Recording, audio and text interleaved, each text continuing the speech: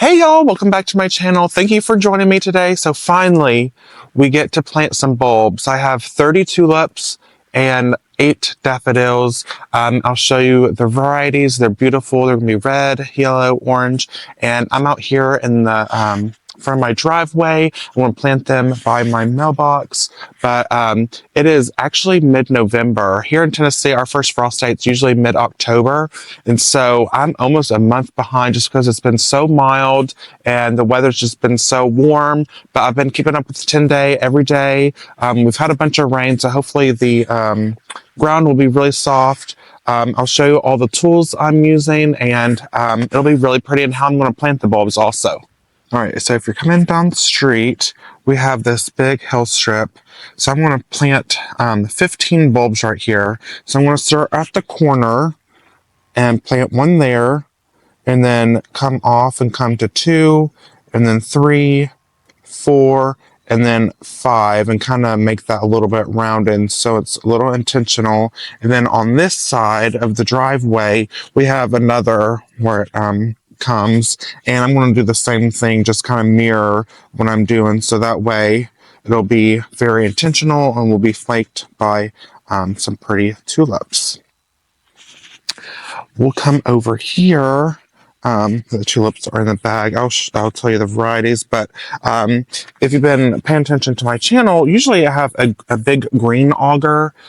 Today I have this little black one, and it's specifically for bulbs, so I think that will help me kind of speed plant, just in case the ground is really bad. I have my hori, obviously my gloves, and those are the tulips in there. Okay, we'll start with this first variety. It's called Bono, and it's a Darwin tulip. And it's a beautiful yellow, and it might have a little bit of orange in there also. But it'll get 20 to 20 inches tall. And then usually the rule of thumb for tulips or bulbs is to plant 2 to 3 times the diameter. So this is actually a pretty big tulip. So I think I'm going to go actually 6 inches. This says 5. So, and then 9 bulbs per square feet. And then it will bloom mid-spring, and it's yellow. And obviously the hardiness zone is 3 through 8. And then it says avoid too much moisture, which we've had a lot of rain recently, so the soil is probably pretty damp, and we're actually going to get rain tomorrow. There's like almost a 90% chance. I'm probably going to do without rain, but after that, it should be good, and I think it'll be sufficient for whatever rain we do get. So here we have Parade, and it's just your typical red tulip. It's a Darwin tulip, very pretty. And it is 22 to 24 inches tall, and then it also says plant 5 inches deep, and it blooms mid-spring, and it's sown 3 through 8, and again, it's just like the same one. And I did get all of my bulbs from American Meadows. I use them a lot. I think it's a great company. I ordered them, and they were here really fast. And then we'll see what this one is. And then this is it's called Jimmy, and it's a Triumph tulip. And if you can see, it's kind of orange with maybe some yellow tips. So we got yellow, red, and orange. You can see better in the sun. Yeah, it's pretty. And this one only gets 12 to 14 inches tall. Again, 5 inches deep. I'm going 6. Midsummer, orange. Again, don't water too much. And then it's a little bit more hardy. It's hardy to 2 through 8. And I think if I'm remembering this correctly, most tulips come from the Netherlands, so they're kind of used to the cold weather. That's why it's okay to, I guess the word was vernalize. That means it's kind of like when you stratify seeds. This is just you vernalize bulbs. It needs that cold dormancy, so it will produce a beautiful flower in the spring forest. So, like I said, I'm going to plant, and I'm going to kind of randomize it. Not really, but I'm going to do like maybe the tallest one, and then go like red, orange, yellow, red, orange, yellow, red, orange, yellow, red, orange, yellow. So it's kind of like a mix in there. So let's get started.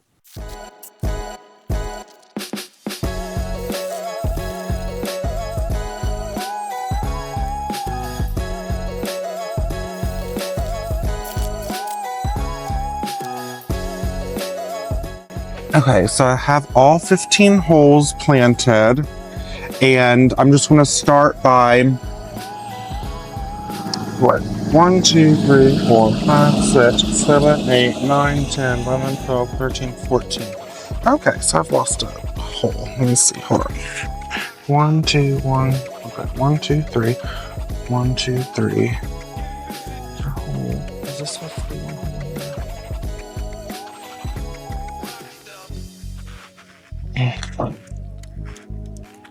1, 2, 3, 4.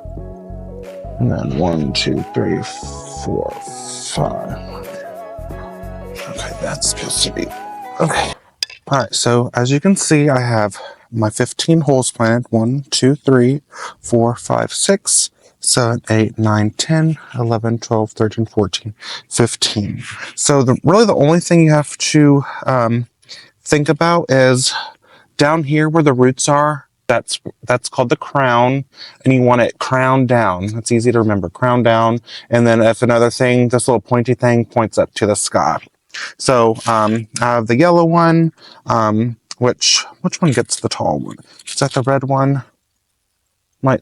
Yeah, I might start with the red one since it gets the tallest, but I'm just going to kind of plant kind of randomly, shove it all the way down in there, and then use the soil that kind of broke up. And then since this is kind of ugly, I'm going to top dress this with mulch. And that will just kind of give it another layer. Plus, the only thing I'm really concerned about mostly is squirrels. But they shouldn't, you know.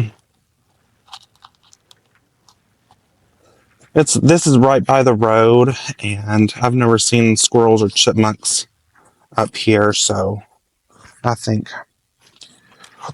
we should be fine. I think that's what a lot of times people think, that why tulips don't naturalize here.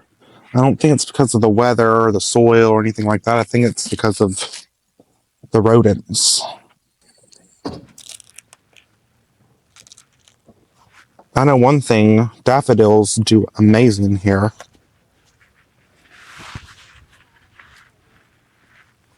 So narcissus, which we will be planting in a little bit. It's a really beautiful day. I hope everybody's having a good day.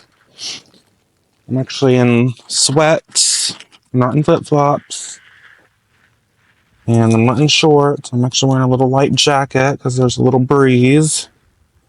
But the sun is shining and it's beautiful today. It's a great day to be doing this.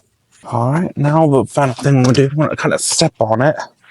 Using a body weight to kind of make it, pack them in. And then I'm going to go get a bag of mulch and top dress this area a little bit.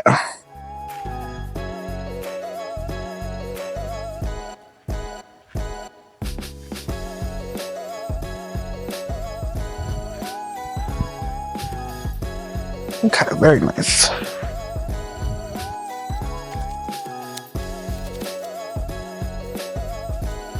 Hopefully that will kill the weeds too. Alright, can you envision it? It looks a little crazy right now, but you know, that mulch will decompose into the ground. It will act as a soil softener and will protect the tulips. And in mid-spring, we'll have a beautiful show. So let's go do the other side.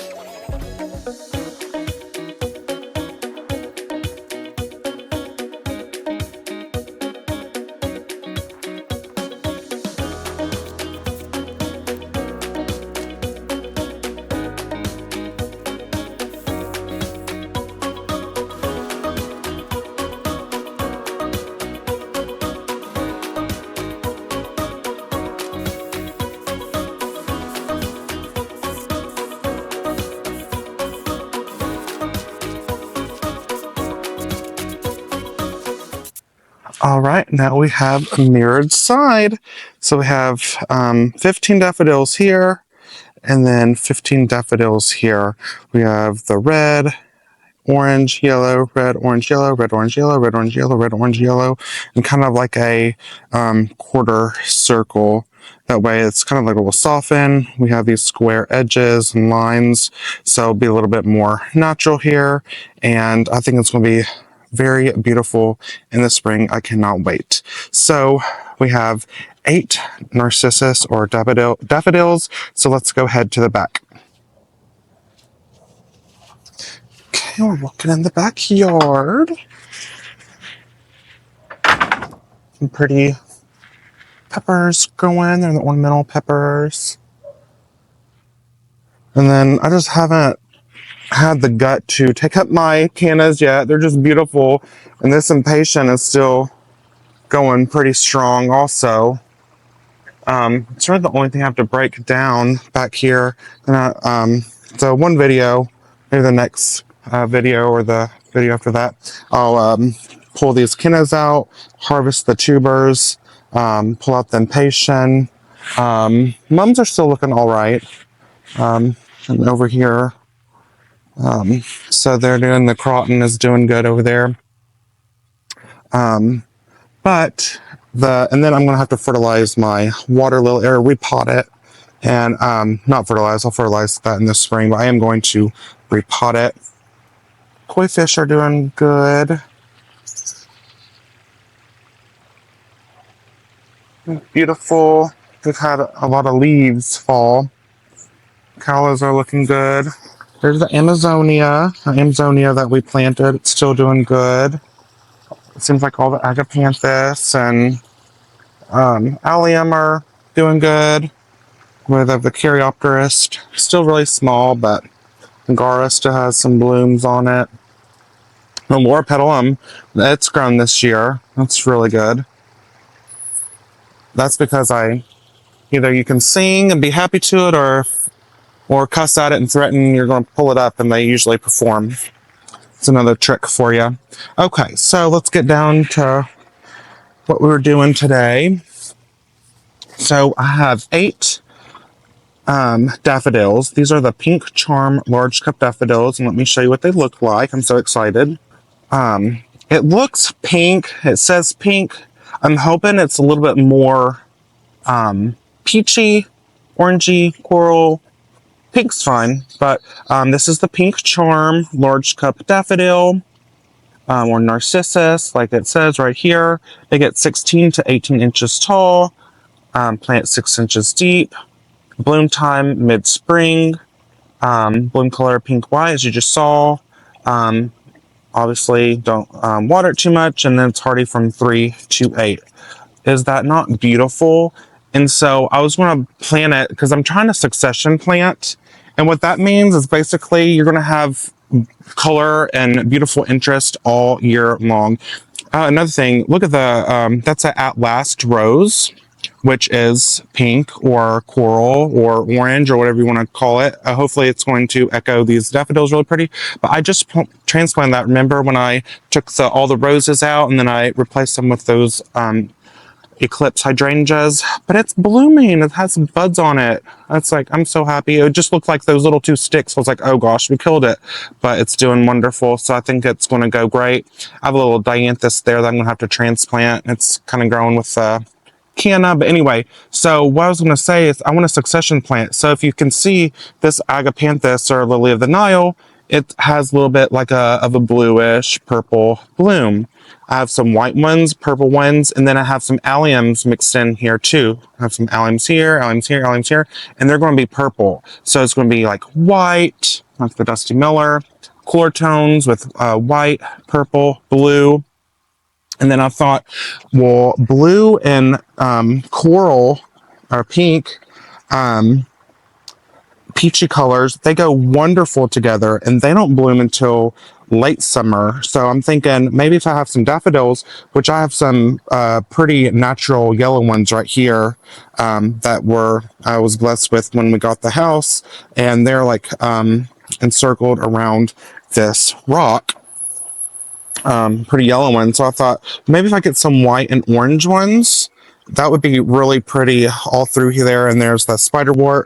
It's doing great that it's purple also. So I was just kind of, I have 8, so I don't have that many. So I might do like 2 here, and just kind of like randomize it too. That way they'll pop up and random colors, and hopefully they'll naturalize too. So I cannot wait for spring, and it's just going to be beautiful because winter, it's so gray and gloomy and cold, and you have something to look forward to in the spring with all the beautiful colors. And I think the garden, it really shows off. It's been sleeping for 4 months, and it's ready to perform. So I cannot wait. So let's get these in the ground.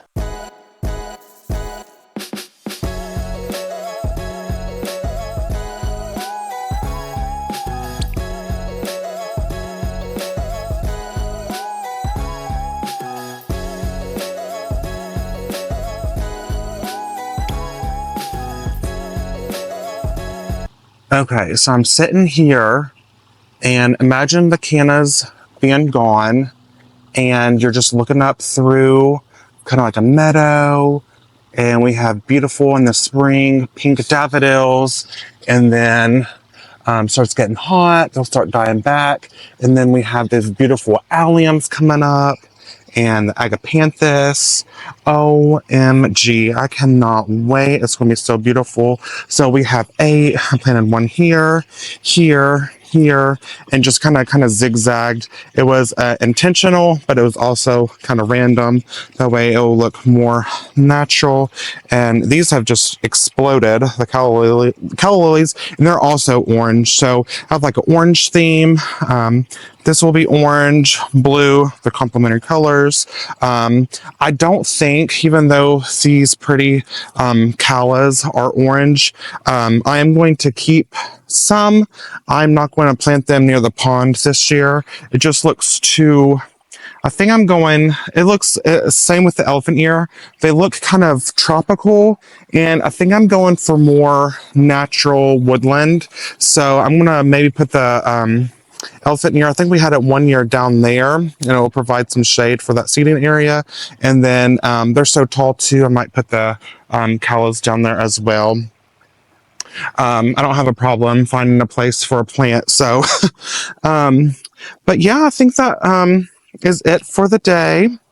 So we'll do a little recap. So we are preparing for spring. It's already mid-fall, and I'm about a month behind here in my zone for planting tulips, but the time is now. Go ahead and plant them, get them in the ground. They need that vernalization and for it to come up in spring. So go ahead and get them. It should be cool enough at night, even though it could be, because I'm like already sweating. I'm gonna have to come out of this jacket.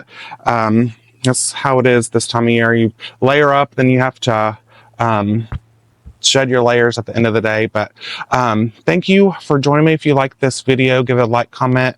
Don't forget to subscribe, because you're going to want to stick around till spring so you can see what we just did. But thank you, and I'll catch you on the next one. Bye, y'all. One last thing. Let me just show you my cut flower garden. Look at these American pillars. They're as tall as me, or taller than me now. They have put on so much growth this year. I think they're supposed to grow 3 feet a year, and I was very skeptical, but I believe it now. I'm not quite sure what these are. I'm gonna have to Google a look, because these are just I just threw seeds out. Our lavender is back, and that's kind of what inspired me to make this video, because it hit me when I was coming out of the gate.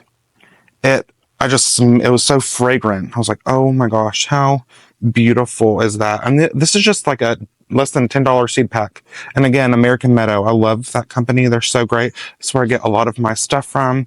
There's some lavender there too, up against that rudbeckia. It's so beautiful. And then look at this blanket flower, Gaillardia. It's so beautiful too.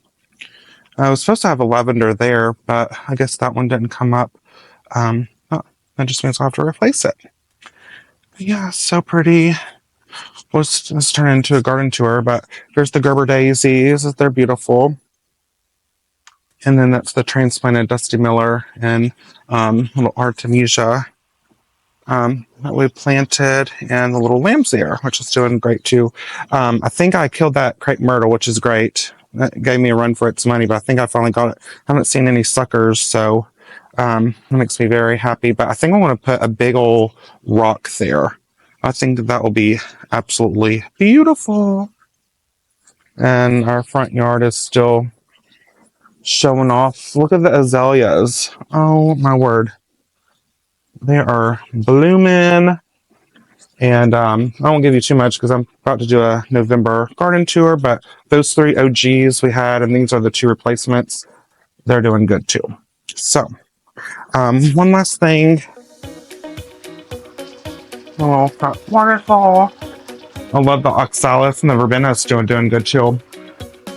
But look at these gardenias. They have exploded this year. And they're the Pillow Talk. And I am so enthralled. They smell so good coming up to the front porch. I highly recommend these. These are very beautiful. And they're kind of very winter tender. So every frost I definitely cover these. And they're up against the brick, so it's a little bit gives them a little bit more support, but and protection. But yeah, I love these here. I'm so happy we planted these, and they're just gonna get bigger, fuller, and put on more blooms. But like I said, thank you so much for watching, and I'll catch you on the next one.